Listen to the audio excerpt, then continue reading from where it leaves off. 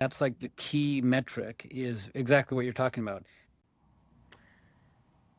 I think it's really important for a buyer to work with a good CPA, and we try to recommend CPAs to our buyers. And I think CPAs that do M&A deals, because sometimes you get CPAs that know how to tick and tie a tax return, but they don't really understand what EBITDA is, what cash flow is, right? So like work with a CPA that does M&A deals who can explain this to you if you don't know.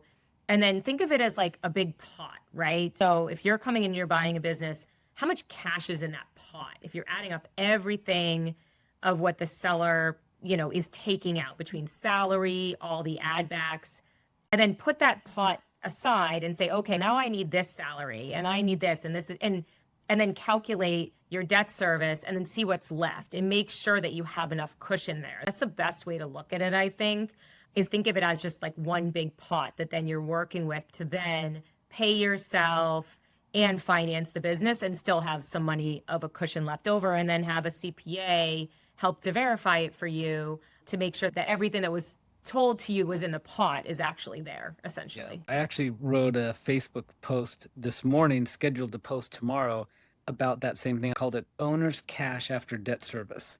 That's like the key metric is exactly what you're talking about. Take out your owner's salary, your debt, all that kind of stuff left over. That's the key figure. So as much as EBITDA is important, as much as SDE is important, that figure also is really what at the end of the day is what drives the business and makes sure that you've got enough to support the family as a buyer and service the debt and have some wiggle room for growth and periods what might slow down.